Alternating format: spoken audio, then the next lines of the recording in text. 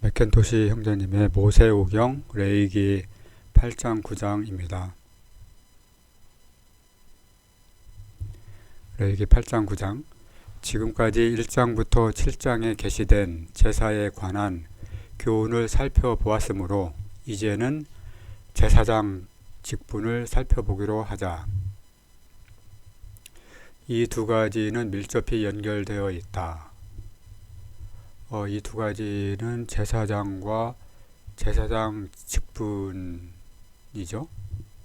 죄인은 제사가 필요하고 신자는 제사장이 필요하다.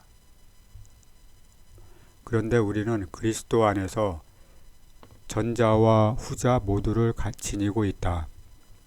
그것은 그리스도께서 흠없는 자기 자신을 하나님께 바치사 하늘에 있는 성소의 제사장 사역의 영역으로 들어가셨기 때문이다. 그런즉 우리는 다른 제사도 필요 없고 다른 제사장도 필요 없다. 예수께서 거룩하게 충족하신 자이시기 때문이다. 그는 자신이 맡으신 모든 직분에 자신의 인격이 지닌 권위와 가치를 부여하시며 또 그가 이행하시는 모든 사역에도 그렇게 하신다.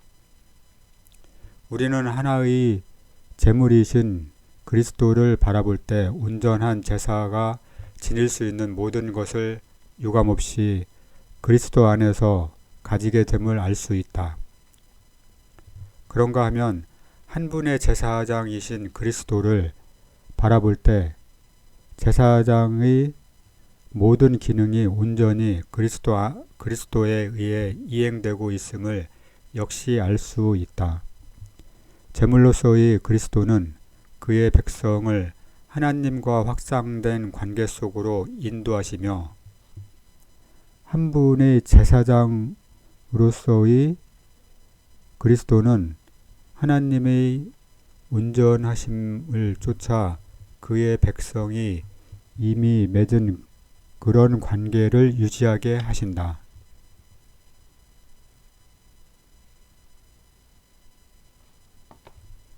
제사장 직분은 하나님과 일정한 관계 속에 이미 들어선 사람을 위해 있는 것이다. 본성적으로 그리고 실제적으로 죄인된 우리들은 십자가의 피로 하나님께 가까이 나오게 되었던 것이다. 우리는 하나님과의 이미 설정된 관계 속으로 들어오게 되었다. 우리는 하나님 자신의 사역의 결실로서 하나님 존전에 서 있는 것이다. 하나님은 하나님 자신과 어울릴 수 있도록 먼저 우리 죄를 제거하셨다. 그것은 우리가 하나님 앞에서 그의 이름을 찬양하는 자가 되기 위함이었다. 다시 말하면 우리가 하나님 앞에서 그리스도의 죽음과 부활의 능력이 이룩할 수 있는 일에 대한 전시품이 되기 위함이었다. 그러나 우리는 우리를 거스르는 모든 일에서 온전히 구출을 받았지만, 다시 말해서 사랑하시는 자 안에서 온전히 용납되고 그리스도 안에서 온전한 자가 되고 그토록 높이 존귀함을 받은 자가 되었지만, 우리 스스로는 이 세상에서 아직도 그지없이 가련한 미약한 피조물로서 방황하기 쉽고 넘어지려고만 하며 많은 시험과 시련과 조소를 당하고 있다. 그렇기 때문에 우리에게는 우리의 위대한 대제사장이신 그리스도의 끊임없는 사역이 언제나 필요하다. 하늘 성소에 계시는 대제사장의 임재야말로 우리가 은혜로 말미암아 서 있는 이 위치와 관계의 온전한 상태 속에 우리를 붙들어 주는 것이다. 그가 항상 살아서 저희를 위하여 간구하심이니라. 히브리서 7장 25절 말씀. 만일 그리스도께서 저 높은 하늘에서 우리를 위하여 살아 계시지 아니하신다면 우리는 이 낮은 땅에서 단 한순간도 서 있을 수가 없을 것이다. 내가 살겠고 너희도 살겠음이라. 요한복음 14장 19절 말씀.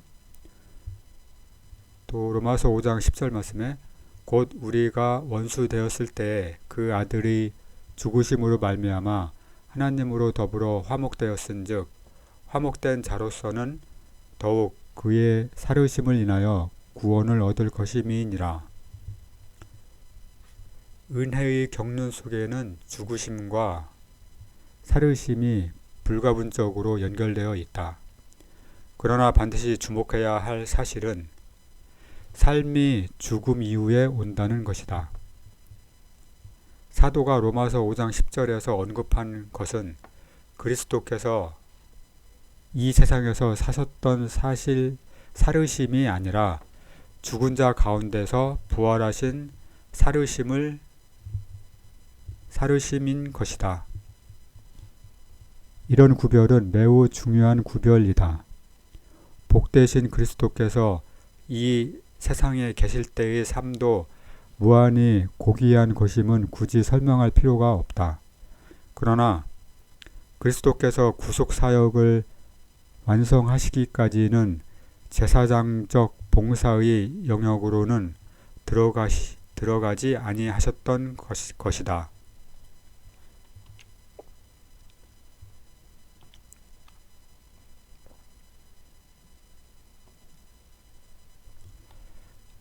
그리스도께서 이 지상에 계실 때에는 제사장의 영역에 들어가지 아니하시고 구속사역을 이행하신 이후에 제사장의 영역에 들어가셨다는 것은 다음 구절들로 분명히 나타난다. 히브리서 7장 14절에 우리 주께서 유다로 쫓아 나신 것이 분명하도다. 이 지파에는 모세가 제사장들에 관하여 말한 것이 하나도 없고, 또 히브리서 8장 3, 4절 말씀에 대제사장마다 예물과 제사 드림을 위하여 세운 자니 이러므로 저도 무슨 드릴 것이 있어야 할지니라. 예수께서 만일 땅에 계셨다면 제사장이 되지 아니하셨을 것이니 이는 율법을 쫓아 예물을 드리는 제사장이 있음이라. 그리스도께서 장래 좋은 일의 대제사장으로 오사 손으로 짓지 아니한 곧 이 창조에 속하지 아니한 더 크고 온전한 장막으로 말미암아 염소와 송아지의 피로 아니하고 오직 자기 피로 영원한 속죄를 이루사 단번에 성소에 들어가셨느니라. 그리스도께서는 참것의 그림자인 손으로 만든 성소에 들어가지 아니하시고 오직 참 하늘에 들어가사 이제 우리를 위하여 하나님 앞에 나타나시고, 히브리서 9장 11절 12절과 24절 말씀이었습니다. 땅이 아닌 하늘이 그리스도의 제사장 사역의 영역이다. 그리스도께서 흠도 없는 자기 자신을 온전히 하나님께 바쳤을 때 그는 바로 그 영역에 들어가셨다. 그리스도는 결코 이 땅의 성전에서 제사장으로 나타나신 적은 없다. 그는 가끔 가르치기 위해 성전에 가시긴 했지만 제사를 드리거나 분향하거나 하지는 아니하셨다. 아론과 그의 후손을 제외하고서는 이 지상에서 제사장의 직분을 이행하도록 하나님으로부터 임명을 받은 자는 결코 아무도 없다. 히브리서 8장 4절에 예수께서 만일 땅에 계셨다면 제사장이 되지 아니하셨을 것이니, 이것은 제사장 교리와 관련하여 상당한 중요성과 가치를 지니는 부분이다.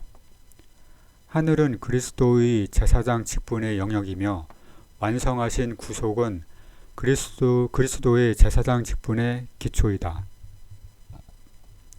모든 믿는 자들은 제사장이라. 제사장이라는 의미를 제외하고는 베드로전서 2장 5절 말씀이죠. 베드로전서 2장 5절은 너희도 산돌같이 신령한 집으로 세워지고 예수 그리스도로 말미암아 하나님이 기쁘게 받으실 신령한 제사를 드릴 거룩한 제사장이 될지니라. 즉 모든 믿는 자들은 제사장이라는 의미를 제외하고는 이 땅에서 제사장 같은 것은 없다. 한 사람이 아론의 후손이라는 것을 밝히기 전에는, 다시 말해서 그의 족보의 근원을 아론에게로 소급시키지 아니하는 한 어느 누구도 제사장 직분을 행사할 권리는 없는 것이다. 여기서는 사도의 계승 그 자체도 아무런 가치가 없음이 판명된다. 그것은 사도들 자신도 만인 제사장이란 의미를 제외하고서는 역시 아론과 같은 제사장은 아니기 때문이다. 그런데 믿음의 가문에 속해 있을 경우 아무리 미약한 사람이라도 사도 베드로와 같은 제사장이다. 아무리 연약한 자라도 영적인 제사장이다. 그는 영적 성전에서 예배를 드리며 영적 제단에 서 있으며 영적 제사를 드리며 영적인 옷을 입는다. 베드로전서 2장 5절 말씀. 너희도 산돌같이 신령한 집으로 세워지고 예수 그리스도로 말미암아 하나님이 기쁘게 받으실 신령한 제사를 드릴 거룩한 제사장이 될지니라. 이러므로 우리가 예수로 말미암아 항상 찬미의 제사를 하나님께 드리자. 이는 그 이름을 증거하는 입술의 열매니라. 오직 선을 행함과 서로 나눠주기를 잊지 말라. 이 같은 제사는 하나님이 기뻐하시느니라. 히브리서 13장 15절 16절 말씀입니다. 아론 가문의 한 직계 자손이 그리스도에게로 돌아온다면 그는 제사장적 봉사의 전혀 새로운 성격과 근거로 들어간 것이다. 주목해야 할 사실은 우리가 방금 인용한 성경 구절은 영적 제사장이 드리도록 특권을 받은 영적 제사의 두 종류를 제시하고 있다. 하나님께 드리는 찬양의 제사가 있으며 인간에게 돌리는 선행의 제사가 있다. 신자의 제사장적 위치를 실제로 생활화하면서 살아가고 있는 신자에게서부터 계속하여 흘러나오는 두 가지 물줄기가 있다.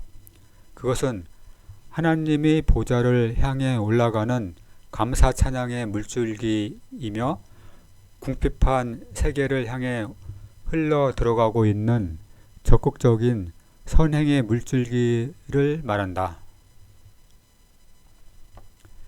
영적 제사장은 감사 찬양의 향기를 드리기 위해 하나님을 향해 한쪽 손을 들고 서 있는가 하면 다른 한쪽 손은 갖가지 형태의 인간의 필요를 채우기 위해 선행을 베풀려고 넓게 펴놓고 있다. 만일 우리가 이러한 제사장의 두 가지 모습을 보다 분명하게 이해했더라면 그리스도인의 성품에는 거룩한 기쁨과 도덕적 은혜가 더 가미되지 아니했을까 생각된다. 다시 말해서 우리의 마음은 고귀해질 수 있는 모든 것이 무한한 자원이 되시는 하나님에게까지 올라갈 수 있는 만큼 찬양의 제사를 통해 분명히 거룩한 기쁨이 있게 마련이며 또 우리의 마음은 동정심에 입각해서 모든 필요를 채워주기 위해 마음의 문을 활짝 열어놓고 있기 때문에 도덕적으로 은혜롭기 마련인 것이다. 그런즉 우리의 마음의 기쁨과 도덕적 은혜 양자는 분리할 수 없다. 하나님을 향한 마음은 또 인간에 대한 사랑 때문에 인간을 향하도록 되어 있음이 사실이요 진리이다. 하나님으로 가득 찬 마음은 필연적으로 고상해지며 넓어지지 않을 수 없다. 그런데 만일 인간이 하나님과 거리를 두고 떨어져서 행하면 우리의 마음은 천박해지고 편협해진다. 하나님과의 밀접한 교통, 다시 말해서 우리의 제사장적 권위를 잊지 않고 늘 실현하는 것이 우리 옛 성품의 세상 지향적이고 이기주의적인 경향성을 치료하는 유일한 처방책이다. 지금까지 일반적 제사장 직분의 기본적이고 2차적인 국면을 살펴보았으므로 이젠 레위기 8장과 9장의 내용을 검토해 보기로 하자. 레위기 8장 1절에서 4절 말씀에 여호와께서 모세에게 일러 가라사대 너는 아론과 그 아들들과 그 이복과 관이와 속죄제의 수송아지와 수양들과 무교병 한 광주리를 이끌고 온 회중을 회막문에 모으라. 모세가 여호와께서 자기에게 명하신 대로 하매 회중이 회막문에 모인지라. 여기 특별한 은혜가 나타나고 있다. 온 회중이 회막문 앞에 회집되었는데 그것은 모든 사람들이 이제 자기들이 지극히 중대한 관심사를 총책임질 사람을 지켜볼 수 있는 특권을 누리게 하기 위한 것이었다. 출애굽기 28장과 29장에서 제사장 직분과 관련된 의복과 제물에 관해 동일한 일반적인 진리를 배운 바 있다.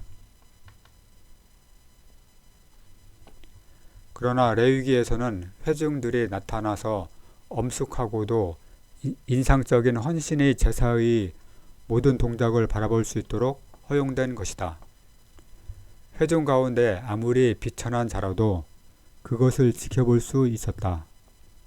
가장 높은 자뿐만 아니라 가장 낮은 자도 제사장과 그 제사장이 드리는 제물과 그 제사장이 입는 의복을 볼 수 있도록 허용된 것이다. 각자는 나름대로 특별한 필요가 있었다. 그런데 이스라엘의 하나님은 자신 앞에 서 있는 대제사장의 다양한 자격에 의해 자신의 필요와 요청이 온전히 만족될 수 있음을 개개인이 보고 알도록 하신 것이다. 이런 자격들 가운데서 제사장의 의복은 적절한 모형적 표현이 된다. 의복의 각 부분은 회중 전체나 회중 속의 개개인이 필연적으로 깊은 관심을 두고 있는 어떤 특별한 자격을 제시하는데 적합하게 고안된 것이다. 속옷, 띠, 겉옷, 에봇, 흉패, 우림과 둠밈, 관, 거룩한 관 등이 모든 것은 회중을 대표하며 거룩하신 하나님의 존전에서 그들의 관심사를 옹호해 주어야만 하는 책임을 진 사람의 여러 가지 미덕과 자격과 기능을 말해주고 있는 것이다. 그리하여 이제 믿음의 눈을 가지고 신자는 하늘에 있는 그의 위대한 대제사장을 바라볼 수 있게 되었으며 아론의 의복으로 나타난 바 있는 거룩한 실제들을 하나님 안에서 보게 되었다. 주 예수 그리스도는 거룩하신 자이시며 기름 부으심을 받은 자이시며 관을 쓰신 자이시며 띠를 띠신 자이시다. 예수 그리스도는 입거나 벗거나 하는 외부 옷들에 의해서가 아니라 그의 인격의 거룩하고 영원한 은혜와 그의 사역의 변함없는 hyom과 그의 거룩한 직분의 불멸의 미덕에 의해 그의 모든 신분을 드러내신 것이다. 이것이 모세 시대의 모형을 연구하는 특별한 가치이다. 깨달은 눈을 지닌 사람은 그 모든 것을 그리스도 안에서 본다. 제사의 피와 대제사장의 겉옷은 모두 그리스도를 가리킨다. 피와 겉옷은 그리스도를 제시하기 위해 하나님께서 고안하신 것이다. 가령 양심을 문제로 삼는다면 제물의 피가 성소의 정당한 요구에 의거해서 양심 문제를 해결한다. 은혜가 거룩의 요구를 충족시킨다. 그리고 지금 이 땅에서 신자의 지위에 관련된 요구사항이 문제가 된다면 그는 대제사장이 입은 의복에서 온전히 거룩하게 그 문제가 해결된 것을 볼 수 있다.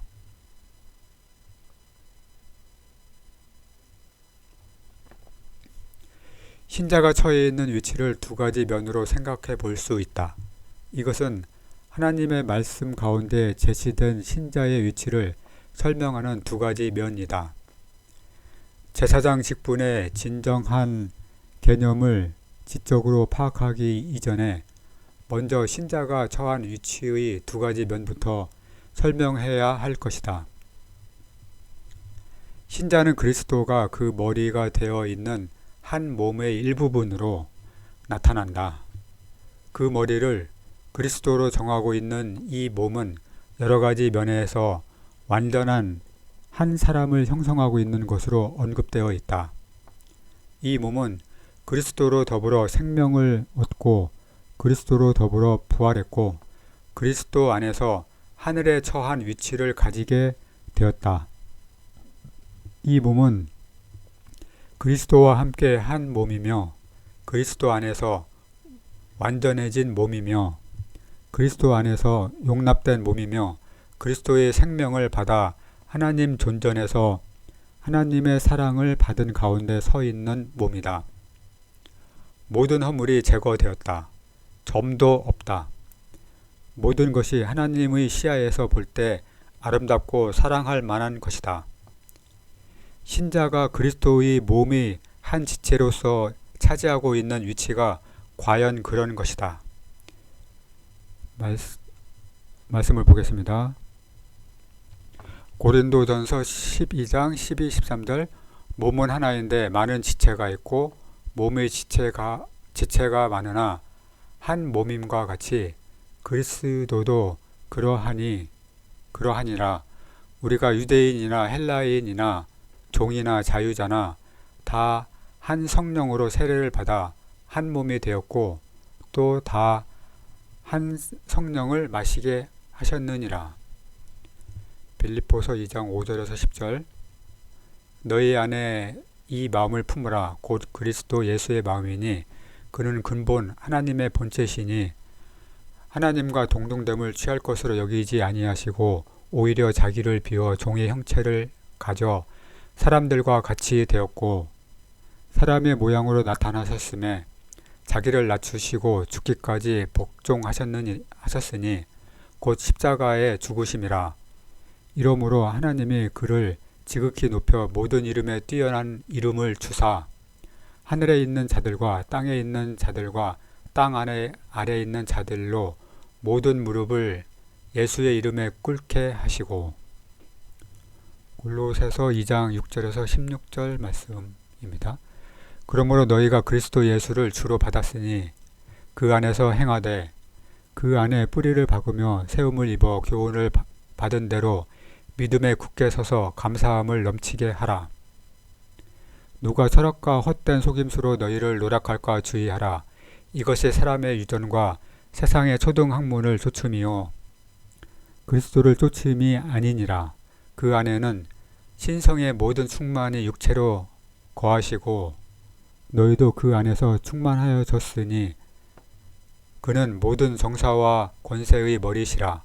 또 그 안에서 너희가 손으로 하지 아니한 할례를 받았으니 곧 육적 몸을 벗는 것이요 그리스도의 할례니라. 너희가 세례로 그리스도와 함께 장사된 바 되고 또 죽은 자들 가운데서 그를 일으키신 하나님의 역사를 믿음으로 말미암아 그 안에서 함께 일으키심을 받았느니라. 또 너희의 범죄와 육체의 무할례로 죽었던 너희를 하나님이 그와 함께 살리시고 우리에게 모든 죄를 사하시고 우리를 거스리고 우리를 대적하는 의문에 쓴 증서를 도말하시고 제하여 버리사 십자가에 못 박으시고 정사와 권세를 벗어버려 밝히 드러내시고 십자가로 승리하셨느니라. 요한일서 4장 17절 이로써 사랑이 우리에게 온전히 이룬 것은 우리로 심판날에 담대함을 가지게 하려 함이니 주의 어떠하심과 같이 우리도 세상에서 그러하니라.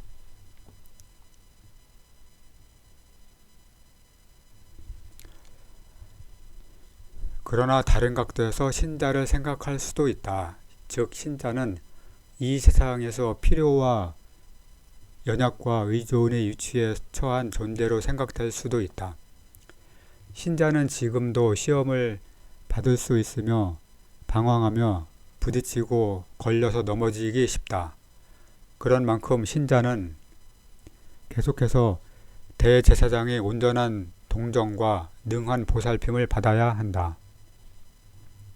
신자를 위해 주시는 그 대제사장은 그의 인격과 사역의 온전한 가치 속에서 하나님의 존전에 나타나시는 분이시며 보좌 앞에서 신자를 대표하며 신자의 편을 들어 돕고 계시는 분이시다.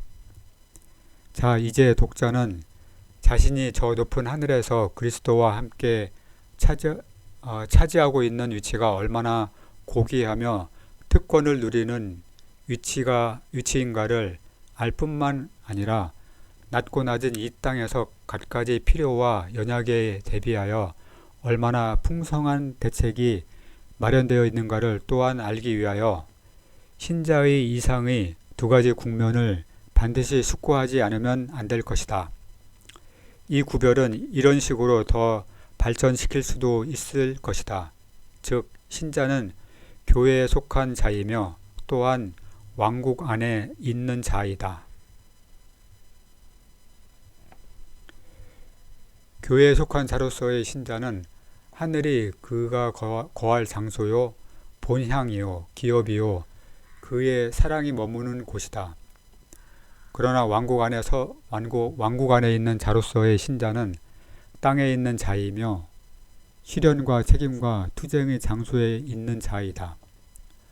그러므로 제사장 직분은 교회에 속하여 하늘에 속한 자가 되긴 했지만 아직도 왕국 안에 있으면서 이 지상에 행하고 있는 사람들을 특별히 생각해서 내어놓는 하나님의 대책인 것이다. 이 구별은 매우 단순한 구별이지만 이 구별의 의미를 이해하게 될 때 그것은 많은 지성인들이 상당한 어려움을 느끼고 있는 많은 성경 구절들을 설명해 준다. 에베소서와 베드로전서를 비교해 보면 신자의 위치의 이중적인 국면에 대한 많은 가치 있는 교훈을 얻게 될 것이다. 에베소서는 하늘에 위치한 그리스도인을 보여주는가 하면 베드로전서는 이 지상에서의 순례자와 고난받는 자로서의 그리스도인을 보여주고 있다. 이제 우리 앞에 펼쳐진 8장과 9장의 내용을 들어보면서 세 가지 사실이 특별히 제시되어 있음을 알 수 있다. 즉 그것은 말씀의 권위와 피의 가치와 성령의 능력이다. 이것은 귀중한 문제들이다. 말할 수 없이 중대한 사항들이다. 모든 그리스도인들은 누구든지 의심할 여지 없이 중요하고 근본적인 사항들로 여기지 않으면 안 된다. 먼저 말씀의 권위에 대해서 생각해 보자. 제사의 모든 영역에 걸쳐서는 물론이거니와 제사장들이 헌신에 있어서도 우리는 즉각적으로 하나님의 말씀의 권위 아래로 나아가게 된다는 사실을 아는 것은 참으로 중요하지 않을 수 없다. 모세가 회중에게 이르되 여호와께서 행하라고 명하신 것이 이러하니라 하고 8장 5절 말씀, 또 모세가 가로되 이는 여호와께서 너희에게 하라고 명하신 것이니 여호와의 영광이 너희에게 나타나리라. 9장 6절 말씀. 이런 말씀들을 깊이 귀담아 들어야 할 것이다. 이런 말씀들은 우리가 기도하면서 신중하게 숙고해야 한다. 너무도 귀한 말씀이기 때문이다. 여호와께서 명하신 것이 이러하니라. 모세는 편리하거나 납득이 갈만하거나 또는 적절한 것이 이러하니라고 말하지 아니했다. 또한 그는 조상의 소리나 장로들의 교훈이나 박사들의 의견에 의해 정해진 것이 이러하니라고 말하지도 아니했다. 모세는 그런 권위의 자원에 대해서는 아는 바가 없었다. 그에게는 단 하나의 거룩하고 고귀하며 또 영구한 권위의 자원이 있었다. 그것은 여호와의 말씀이었다.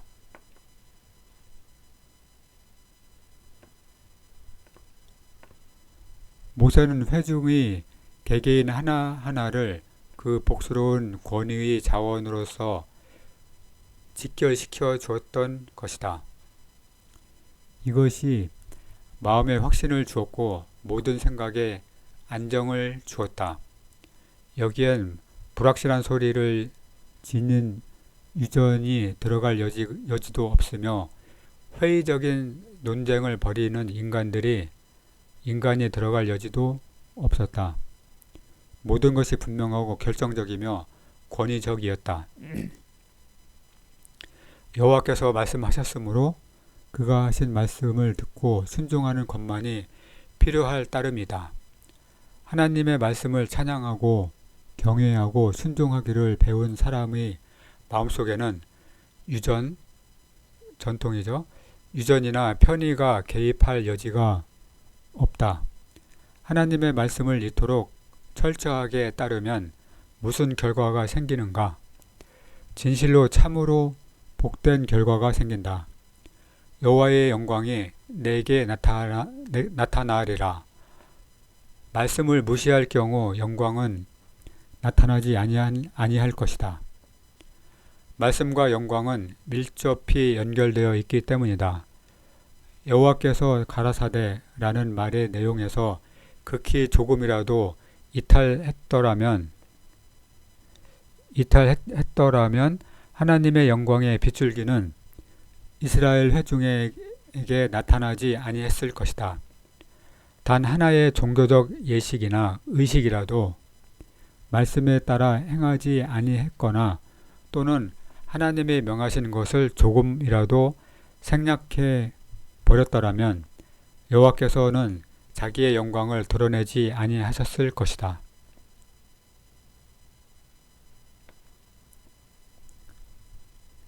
하나님께서는 하나님의 말씀을 무시하거나 거절하는 태도를 자신의 임재의 영광 때문에 하실 수 없으시다. 하나님은 우리의 무지와 연약함에 대해서는 참으시지만 말씀을 무시하고 불순종하는 태도는 참으실 수가 없다. 유전과 편의를 우선시하는 오늘의 세대에서 이상의 모든 사실들이 보다 엄숙하게 제고되기를 바라는 바이다. 진정으로 독자들을 사랑하는 마음과 개인적인 책임을 실감하고 권고하는 바는 이미 심각하게 말한 바도 있지만 제발 하나님의 말씀을 붙잡고 경외하는 마음으로 순종하는 데 힘써 달라는 것이다. 하나님의 말씀의 표준에 따라 모든 일을 행하기 바란다. 그 표준에 이르지 못한 것은 무엇이나 배격하기 바란다. 모든 것을 말씀의 저울로 달아보고 그 표준에 미치지 못하는 것은 모두 물리치기를 바란다. 모든 것을 말씀의 잣대로 측량하고 잘못된 모든 것은 물리치기 바란다. 내가 독자로 하여금 하나님의 말씀에 속하는 위치에 대해 올바른 인식을 하게 일깨워주는 도구가 되었다면 본서의 지필은 헛되거나 무가치한 것이 아니었다는 생각을 지니게 될 것 같다.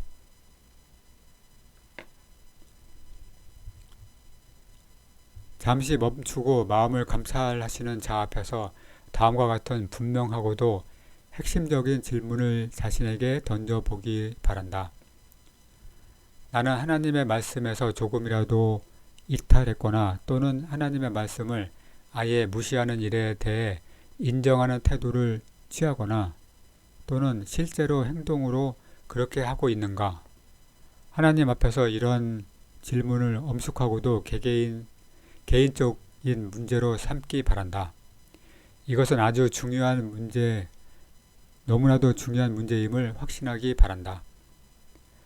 만일 당신이 하나님이 인정하시는 분명한 표시가 없는 일에 조금이라도 관계하거나 개입되어 있음을 발견하거든 즉시 그것을 영원히 그 일에서 손떼기 바란다.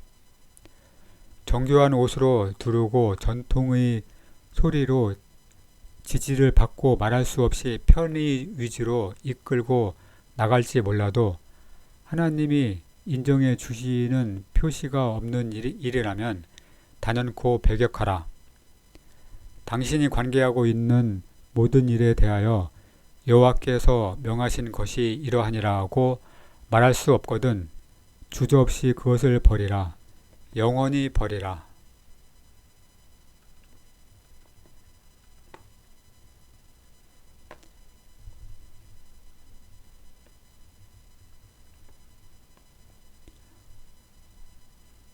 레위기 8장 34절 오늘날 행한 것은 여호와께서 너희를 위하여 속하게 하시려고 명하신 것이니 라는 말을 기억하라.